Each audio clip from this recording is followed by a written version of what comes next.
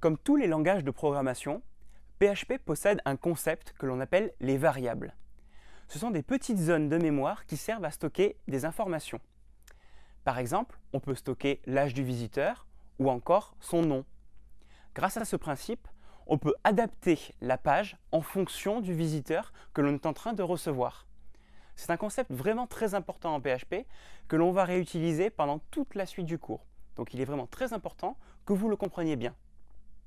En PHP, comme dans beaucoup de langages de programmation, vous pouvez enregistrer temporairement des informations dans la mémoire.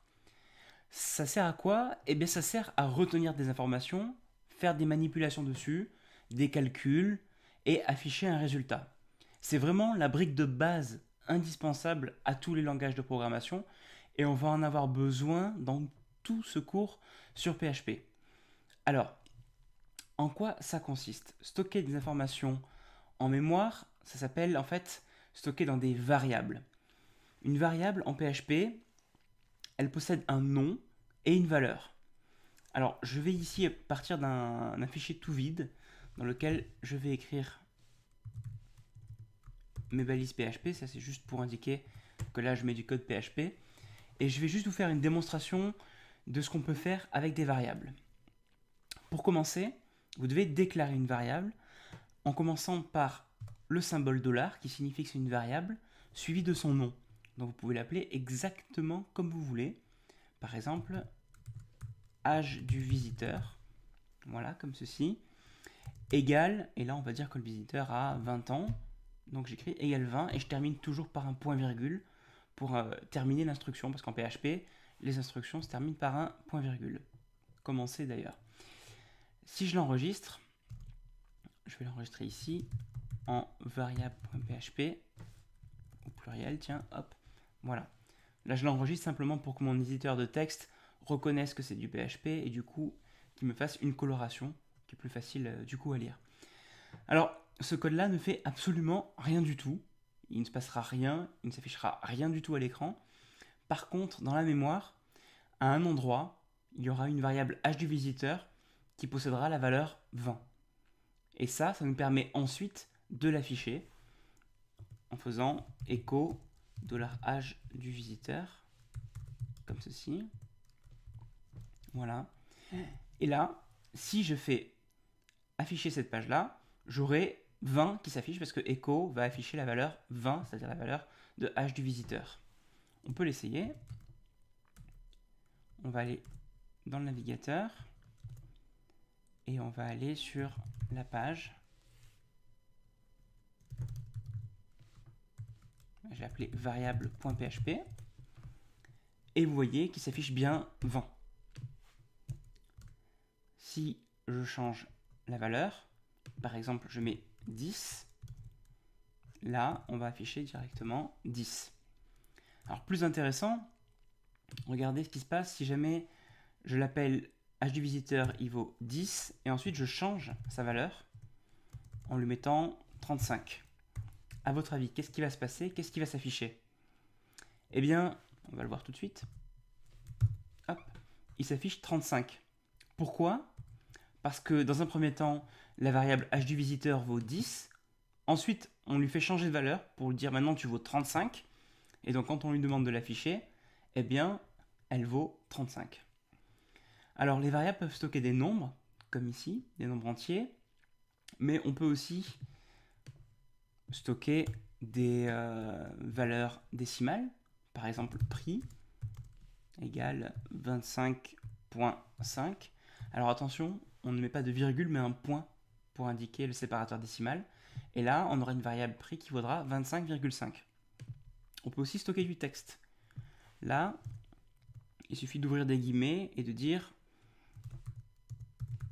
bonjour, comme ceci. Voilà. Et là, la variable qui sera message plutôt ici, la variable message contiendra bonjour, point d'exclamation.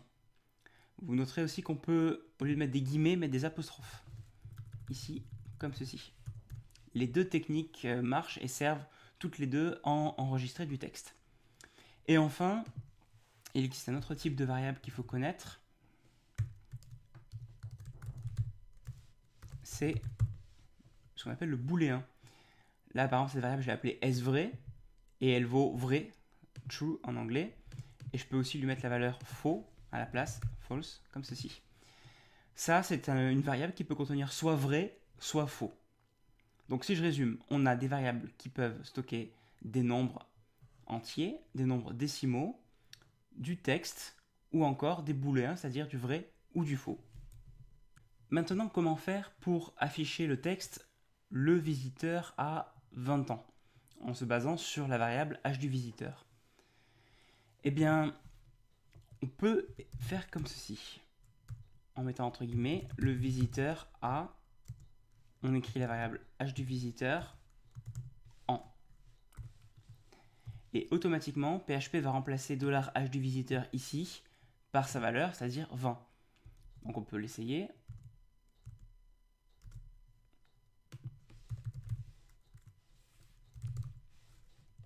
Voilà, et ça nous affiche le visiteur a 20 ans. Très bien. Mais ça, c'est une technique que les développeurs PHP ont tendance à éviter.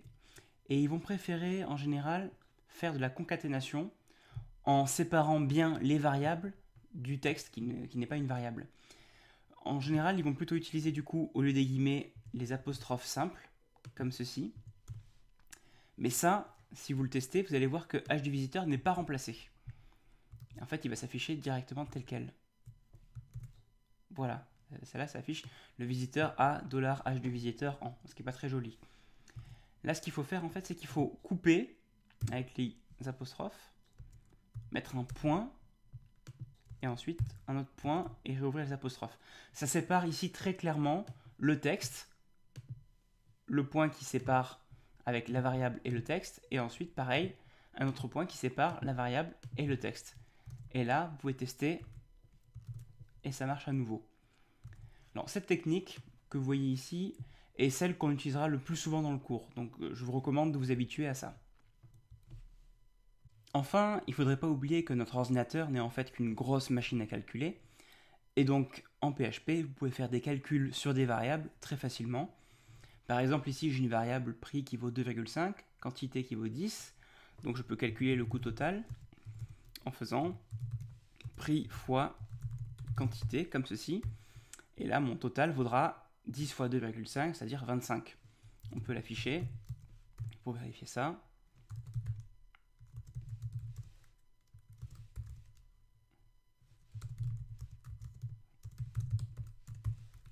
Voilà, ça devrait afficher cela coûte 25 € en ayant fait le calcul.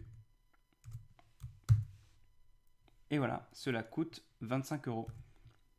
Donc avec ça, on peut faire des multiplications, on peut aussi faire des additions, soustractions ou des divisions avec le slash, ou encore des modulos, c'est-à-dire le reste de la division entière des deux nombres.